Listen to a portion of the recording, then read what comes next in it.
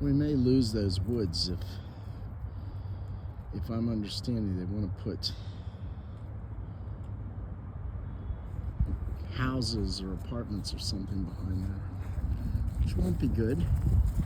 Well, won't be as nice as it is now, that's for darn sure.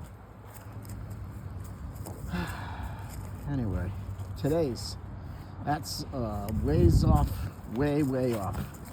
Today's first reading, gee, that's a good question. It's, who's it from? Daniel? No, it's about Moses. No, Abraham. God telling Abram that he's going to make him a nation, many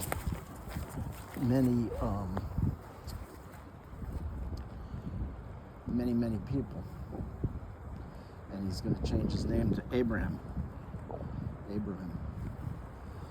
And what is the gospel? I don't know. But yeah, we're getting really close.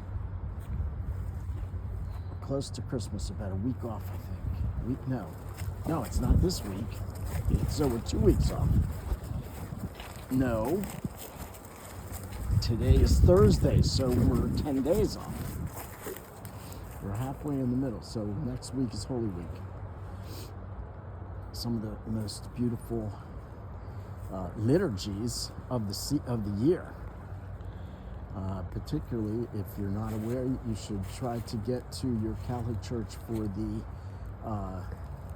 Easter Vigil, which is a beautiful Mass. Beautiful Mass with beautiful readings and some of the I think, the prettiest songs of the year. What's the one?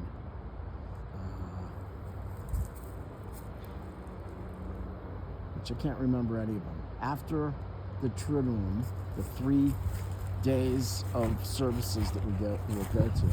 After that, I will have the songs in my head and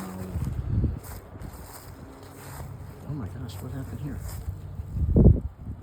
This looks like ants, but I don't, oh yeah, there was an ant, I think. So we got an ant thing there. Anyway, so the Easter week, Holy Week is coming up next week. And so let's start now. If you haven't started your Lent, now is a most acceptable time, correct? Now is a great time to pull out your Bible, read the Gospels, maybe start to read the latter chapters of any of the 4 Gospels. I don't know which one is better to read, but towards the end of the Gospel should be the Passion of Jesus, the suffering, the arrest, the suffering, some of the things that he says just before his death. Stop, like, that shouldn't be sticking there. Yeah, and then his arrest, his quote trial, and his torture and ultimate death on the cross, and then the rising. You know what I think? I have to look into Acts again. I read something the other day about saints and how they were mentioned in the Acts of the Apostles. And I wasn't really familiar with those names, because there are a lot of names that we don't know that are mentioned here and there by Paul, I think Paul. Oops, sorry, miss. And so, yeah, I should get into Acts, particularly after Easter. But yeah, so my point is, read your Gospels, go help somebody, and pray. Read about Jesus and then pray to Jesus so you can know him, and make that a habit. And I think that's what Lent is all about, moving towards Jesus